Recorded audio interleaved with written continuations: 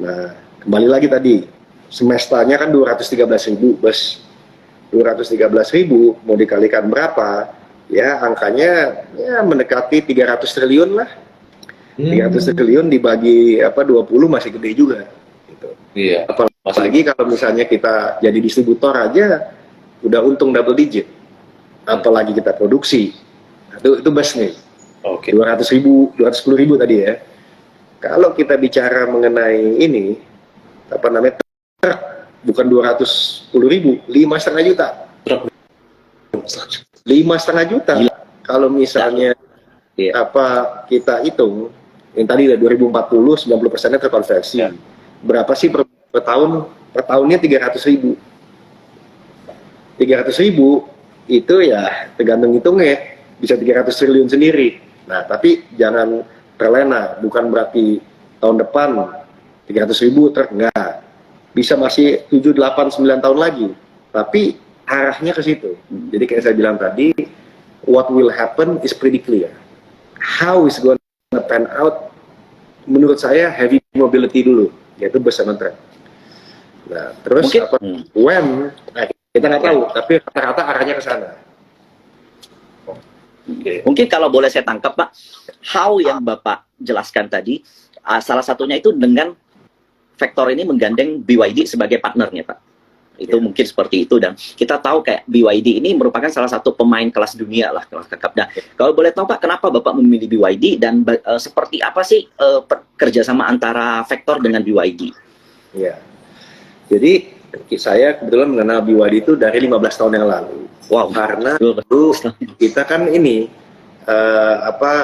di bisnis telekomunikasi. Oke. Nah, saya tahu BYD itu membuat baterai buat waktu itu Nokia sama Motorola. Jadi saya tahu nih pembuat baterai. Nah, jadi ketika kita pengen cari mitra, kita bisa cari mitra siapa aja. Tapi yang paling aman, cari mitra yang bikin komponen yang paling susah dibikin dan paling mahal, yaitu baterai. Kebetulan BYD itu nomor 2 pembuat baterai terbesar di dunia. Tapi kalau digabungkan dengan mobil, dia nomor 1, lebih besar dari Tesla. Dia jual lebih dari 2 juta mobil tahun lalu. Bahkan Tesla pun memakai dia punya baterai. Nah, jadi kalau baterainya partneran sama BYD, kita aman lah. Nah, sekarang baterai sama drivetrain itu digabung tuh, jadi satu di chassis gitu. Nah, artinya selain daripada itu, kita punya pengalaman tuh untuk bikin badannya, yang tadi tuh auto parts-nya. Ya. Jadi istilahnya kenapa bagi auto parts itu penting buat Vector, karena bisa tadi men-TKDN-kan, mentaraf kandungan dalam negeri kan bus-bus ini. Dan yang menarik di luar daripada bagi auto parts, tapi itu nanti aja kita ngomongnya, satu bus itu ada 3.000 chips. Nah, kita memang dari dulu, terutama saya, demen sama telekomunikasi, teknologi. Jadi suatu saat itu akan berguna itu, karena datanya lengkap itu. Kayak sekarang aja kita bisa tahu di bus-bus kita ada di mana, juga siapa yang nyetirnya bagus dari sisi ngegas ngeramnya, siapa yang paling efisien, paling aman. Jadi memang nanti kalau orang bilang at one point in time akan ada self-driving atau self-autonomous system, itu mungkin itu nggak aneh. Ya udah dipasang 3.000 chips tuh, tinggal suruh ngomongnya atau malain gitu kan. Tapi kita ngomong simple aja, distribusi bus sama truk dengan BYD, bikin pabrik di Magelang, kita lokalisasi gitu kan. Nah, supaya ya kita berpikir, waktu ini mungkin Billy sempat lihat presentasi saya bilang, lihat nih ada foto gambar 45 tahun yang lalu di India ada truk butut, tapi kita lihat truknya itu sekarang semakin canggih. Kalau dilihat di film Bollywood tuh keluar masuk tuh truknya. Nah, company yang sama dia sekarang beli macam-macam, termasuk Jaguar Land Rover dia beli. Hidupnya mulai jualan truk. Di India truk banyak, Cina truk banyak, maksudnya brandnya. Indonesia nggak ada brand truk satu pun. Kenapa nggak bisa?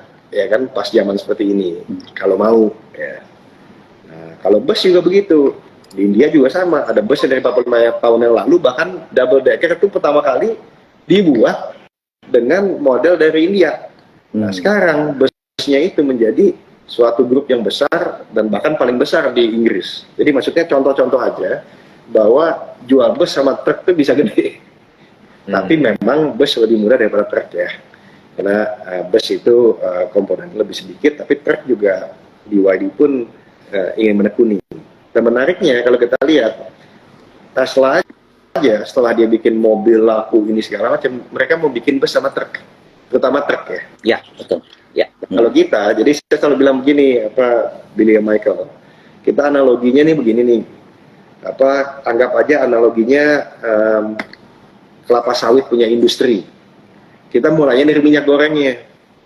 Nah, kita minyak gorengnya dulu lah yang kita bikin. Karena kalau minyak gorengnya kita udah bikin, apalagi dengan teknologi BYD, nanti kita pikirin pabrik kelapa sawitnya, kebun kelapa sawit. Jadi kita tidak mulai dari kiri ke kanan, tapi kanan ke kiri gitu lah. Lebih dari hulu ya Pak Anin ya? Ya, hulu ke hilir semua di monopoli nih Pak istilahnya nih. Ya kan? Dan peran dari Bakir Autoparts kayaknya penting ini Pak ya untuk support terhadap faktor ini Pak ya. Contoh penggantian baterai nanti, servis segala macam. Karena kan saat ini ya untuk masyarakat memiliki EV itu worry-nya tuh begini Pak. Kalau baterai saya mau servis gimana? Kemudian kalau seandainya ada masalah teknologi bagaimana gitu Pak? Iya betul. Dan paling penting tuh gini, bisnis ini nih dibilang susah, ya mungkin nggak sesusah non EV, dibilang gampang juga enggak gitu. Dan karena bikin bus sama truk heavy mobility itu butuh ada suatu pengalaman sendiri untuk membuat ini semua itu jadi kenyataan. Nah, dengan segala macam pengalaman kita, bedanya memang dulu pakai steel, sekarang pakai aluminium. Ini kita bisa bukan saja memproduksi, tapi bisa mempunyai pengalaman untuk after sales service juga, ya kan. Dan yang kita layani dulu itu adalah 3 brand yang menguasai 90% pasar commercial vehicle. Jadi kita udah biasa tuh dimarah-marahin gitu Bang Uji tahu gitu kan. Nah, jadi udah data-data untuk apa orang suka nggak suka tuh ada. Nah, sekarang bisakah kita buat untuk suatu yang baru dengan EV? Mengetahui komponen yang lebih sedikit harusnya lebih mudah. Tapi only time will tell ya. Ngomong-ngomong soal BYD Mike, mungkin kalau lo tahu BYD itu salah satu saham andalannya Warren Buffett loh, Mike. Oh ya, iya. Kan Mike, dan posisi yang lumayan itu naiknya udah sampai 10 kali lipat loh, Mike. Karena dia trimming dia tetap hold dalam posisi yang lumayan gede gitu. Nah, itu juga itu rezeki orang. 15 tahun yang lalu dia tuh kan masih awal-awal main mobil gitu. Dulu tuh masalah market cap-nya $2 miliar. 2 masalah. Sekarang 100. Nah, tapi kita nggak bisa serta-merta menyamakan dengan mereka gitu ya. Mereka karena punya teknologi baterai, itu rocket science tuh, ya kan. Kita istilahnya bilang udahlah, kita tahu diri, kita fokus aja deh kepada yang tadi tuh membuat BYD buses and trucks local. So we do everything except baterai sama drivetrain. Karena kalau itu kita terlalu presumptuous lah kalau kita merasa bisa bikin, karena memang ya saya nggak kaget kali mereka punya 10.000 engineer sama 1.000 PhD kali kita nggak punya. Oke. Nah, Pak kan tadi ini membahas sedikit mengenai yang dari hulu sama hilir ke hulu ini.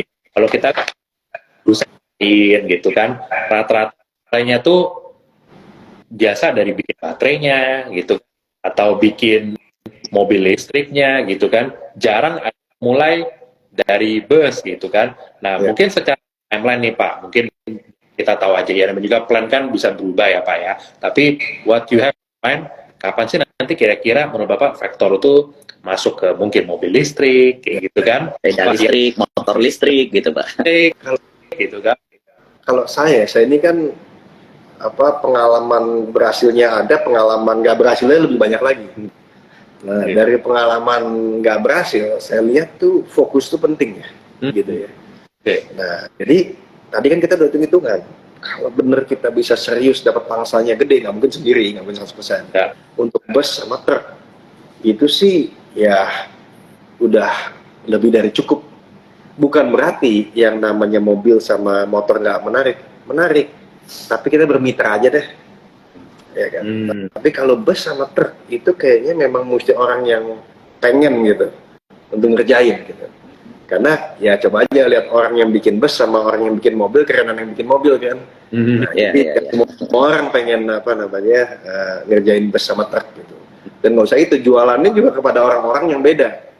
Kalau orang beli mobil listrik kan stylenya juga beda kan, B2C semua serba klinis. Tapi kalau bus sama truk gitu orang pasar Pak. Orang pasar gitu. Tapi enaknya B2B, B2G ini ada plus minusnya dengan B2C. B2B, B2G paling enggak ya kasarnya ya kita bicara dengan 40-50 orang itu udah cover the whole market kali. Ya kan? Tapi jeleknya ya itu kadang-kadang regulated, kadang-kadang tergantung dari keadaan ekonomi. Kalau lagi pada susah tambang ya susah semua, plantation susah semua. Kalau B2C mungkin lebih sedikit resilient. Tapi untuk B2C, untuk kita jualan dengan branding sendiri, after sale sendiri, lalu financing sendiri, distribusi sendiri. Nah itu kita rasa jangan dulu deh. Ya kita fokus aja. Kalau mau nanti ke sana boleh, tapi kita kongsian lah. Jadi saya rasa seperti itu. Tadi bicara regulated nih Pak. Ini menarik nih Pak. Karena sepertinya kalau kita perhatikan Pak, kebijakan pemerintah sekarang ini amat mendukung industri EV Pak. Nah kalau Bapak sendiri menilai gimana nih Pak? Ya saya rasa sangat mendukung EV dan luar biasa lah pemerintah, dimulai dengan motor, karena kalangan menengah, mobil, saya rasa itu udah top lah. Ya. Nah, dan kita berharap tentunya bukan hanya untuk kita, untuk semua public transportation itu dikasih insentif juga. Karena sebenarnya kayak tadi kita baru merayakan dengan Transjakarta dan Maestri Bakti dan Disu, mereka yang mengambil resiko. Apapun lihatnya, cost of purchase, maksudnya untuk beli pertama kali, EV itu lebih mahal daripada non-EV, itu clear. Tapi cost of ownership itu lebih murah. Itu murah. Ya kan, karena tadi penghematan di sana sini dari sisi bahan bakar, ya kan. Dan juga lebih sederhana. Ya, tadi lebih macam-macam lah. Nah, jadi kita berharap insentif itu dan pasti arahnya ke sana dengan adanya TKDN, taraf kandungan dalam negeri, maksudnya kita bikin menjadi lebih banyak lokal kontennya. Nah, itu pasti bisa membuat menjadi lebih menarik untuk public transportation. By the way, public transportation itu adalah 25% daripada carbon emission di kota-kota besar. Nah, dan satu lagi, kalau kita beli mobil pada saat ini, infrastrukturnya belum ada, belum banyak, pasti beli mobil itu tambahan kendaraan, bukan ganti kendaraan yang sebelumnya, jarang seperti itu. Jadi kalau mau mengatasi kemacetan, ya tetap public transportation ya. Oke. Nah, teman-teman kalau nanti ada mau pertanyaan, teman-teman ya, langsung di kolom yang ada lambang tanda tanya itu, input aja pertanyaan di situ ya. Nanti kita baca ditanya jawab terakhir nanti gitu ya. Nah, ini kita berbicara mengenai ini Pak. Akhirnya Pak, Vector hari ini mulai Pak penawaran umumnya ya Pak ya. Yes. Hari ini sampai lusa nih gitu kan. Of course, penggunaan dana IPO kita udah bisa baca lah ya Pak ya, nanti plannya kan mau seperti apa gitu. Tapi mungkin bisa dijelaskan juga nggak sih Pak Anin sedikit nih ke teman-teman sama Mike juga ya, bocoran yang lebih detail apa gitu, penggunaan dana apa gitu. Sekarang ada IPO 50% buat ekspansi, 30% modal kerja. Mungkin ada yang pengen tahu lebih detail lagi. Ya kalau kita lihatnya begini, dari dana yang ada, kita nih IPO-nya nggak bisa dibilang besar, nggak bisa bilang kecil, biasa aja. Maksudnya 875 miliar itu nggak gede-gede amat untuk main EV. Tapi kenapa angkanya seperti itu sebelum kita ngomong breakdown-nya? Karena kita percaya lebih bagus kita mainnya light asset. Nah, kita kenapa mau BYD? Karena tadi satu, kita nggak punya kemampuan R&D, jadi itu udah jelas. Yang kedua, kenapa kita kerjasama dengan suatu perusahaan di Magelang? Itu disebabkan karena dengan begitu kita bisa, walaupun kita investasi, kita juga mempunyai saham lebih, tapi bisa mempercepat production, access to market, sama cost-nya lebih under control. Nah, jadi dari dana IPO itu yang akan digunakan untuk capex, untuk buat pabrik, murni buat pabrik, itu ada 2/3-nya kira-kira segitu, ya kan? Lalu 1/3-nya bisa buat working capital. Nah, jadi kalau misalnya kita tidak ada mitra di Magelang, kita tidak ada Bakti Auto Parts, tidak ada BYD, angkanya itu bisa membeludak mungkin sampai 5-6 kali lipat. Nah, yang kedua juga kita pengen memastikan kita tuh invest ketika butuh. Jadi kayak pay as you grow gitu lah. Ya kan? Nah, kenapa kita mampu pay as you grow? Karena kita ada BYD yang bisa ngirim komponennya gitu kan. Coba kalau kita buat baterainya sendiri apa segala macam. Waduh, itu investasinya mau nggak mau bisa hockey stick.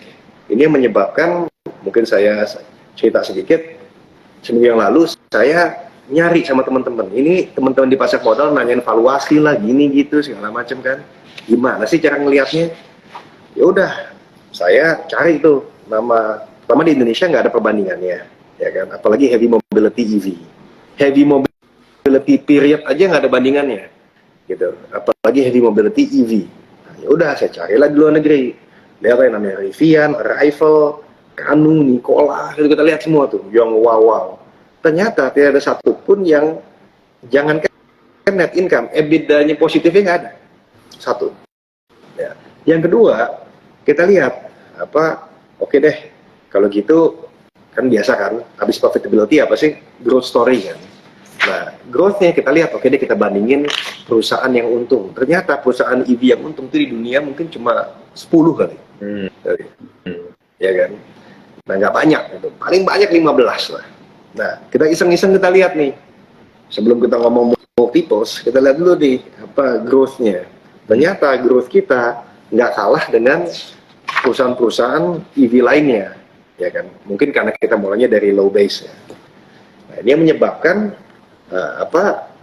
kita kalau misalnya di value itu rada-rada susah gitu, karena hanya bisa dilihat oleh perusahaan-perusahaan yang untung lainnya yang EV EBITDA-nya tuh berkali-kali lipat gitu, dan kita di bawah itu gitu.